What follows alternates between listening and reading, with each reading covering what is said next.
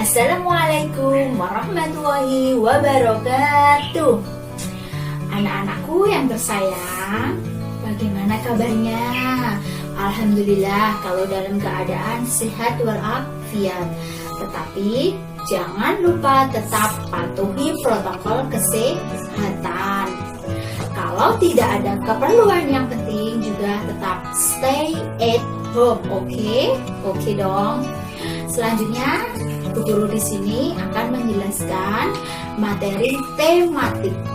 Tematik itu mengenai pendalamannya bahasa Indonesia, yaitu ciri-ciri makhluk hidup. Di sini tujuan dari pembelajaran ciri-ciri makhluk hidup yaitu siswa atau anak-anak semua bisa menyebutkan dari ciri-ciri makhluk hidup dengan tepat. Sudah? Sekarang kita lanjutkan ya. Ciri-ciri makhluk hidup itu ada 6. Yang pertama, bergerak. Yang kedua, tumbuh. Yang ketiga, bernafas. Yang keempat, memerlukan makanan. Yang kelima, berkembang biak. Dan yang terakhir, peka terhadap rangsang. Selanjutnya, Bu Guru akan terangkan dari ciri-ciri makhluk hidup satu persatu. Yang pertama,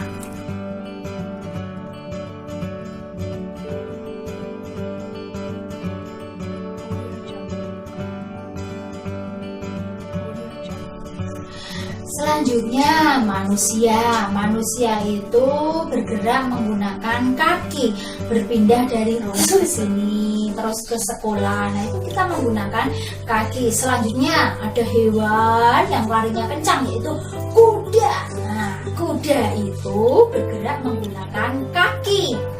Dan yang terakhir tumbuhan. Tumbuhan kira-kira bisa bergerak apa tidak ya? Bisa dong, tapi tumbuhan itu bergeraknya mengikuti arah sinar matahari. Tidak bergerak memindah tempat. Nah, kan ngeri jadinya. Selanjutnya, tumbuh. Nah, kalau tumbuh itu apa? Tumbuh itu bertambah menjadi besar. Contohnya, yang pertama ada manusia. Manusia itu tumbuh dari kecil. Dari bayi, kemudian bisa merangkak, kemudian bisa berjalan, kemudian bisa sekolah. Sampai sekarang kalian bisa sekolah, itu tumbuh tinggi dan tumbuh menjadi berat badannya bertambah. Yang kedua, apa ya? Hewan. Gue kasih contoh, hewan itu ayam. Ayam itu dari bertelur, kemudian telur menetas menjadi ayam kecil, kemudian tumbuh lagi, kemudian sampai yang terakhir itu tumbuh seperti induknya, menyerupainya. Kemudian tumbuhan juga sama. Contohnya kecambah. Kecambah itu tumbuh dari kecil itu, kemudian ada akarnya sedikit lama-lama menjadi besar, kemudian tumbuh menjadi seperti pohon kecambah yang besar. Kemudian lagi selanjutnya memerlukan makanan. Manusia, hewan, tumbuhan pasti memerlukan makanan. Apalagi manusia itu memerlukan makanan untuk menghasilkan energi. Kalau kita tidak makan, nanti kita bisa jadi lemes, tidak punya daya. Kemudian hewan juga sama. Hewan nanti juga memerlukan makanan. Contohnya harimau. Harimau itu membutuhkan makanan. Makanan harimau apa coba? Makanan harimau itu berupa daging. Nah, makanan harimau itu berubah menjadi daging.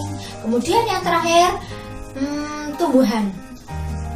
Tumbuhan itu juga sama, memerlukan makanan. Selanjutnya, apa ya tadi ya? Berkembang biak ya. Berkembang biak itu bertumbuh dari apa? Keturunan, menghasilkan keturunan. Berkembang biak itu ada yang namanya ada tiga. Yang pertama ovipar, vivipar, dan ovovivipar. Apa sih itu ovipar? Ovipar bisa kita ingat-ingat ya. Oh itu kan bundar. Oh berarti kalau ovipar itu berkembang biak dengan cara bertelur. Diingat ya. O bundar itu berkembang biak dengan cara bertelur. Selanjutnya vivipar berkembang biak melahirkan. Kalau melahirkan banyak sekali, ada kambing, sapi, kucing, dan masih banyak lagi yang lainnya. Itu namanya vivipar, itu melahirkan. Selanjutnya yang ketiga, yang terakhir, ovovivipar. Ovovivipar itu gabungan dari ovipar dan vivipar, bertelur dan melahirkan. Ada yang bisa menjelaskan tidak? Kok bisa ya bertelur dan melahirkan? Itu bagaimana? Coba sekarang Bu Ani jelaskan ya. Kalian pernah melihat ular apa tidak? Ya, ular itu hewan yang bertelur dan melahirkan. Ovovivipar. Bedanya apa dengan bertelur dan bertelur melahirkan? Sama, berkembang biak dari telur.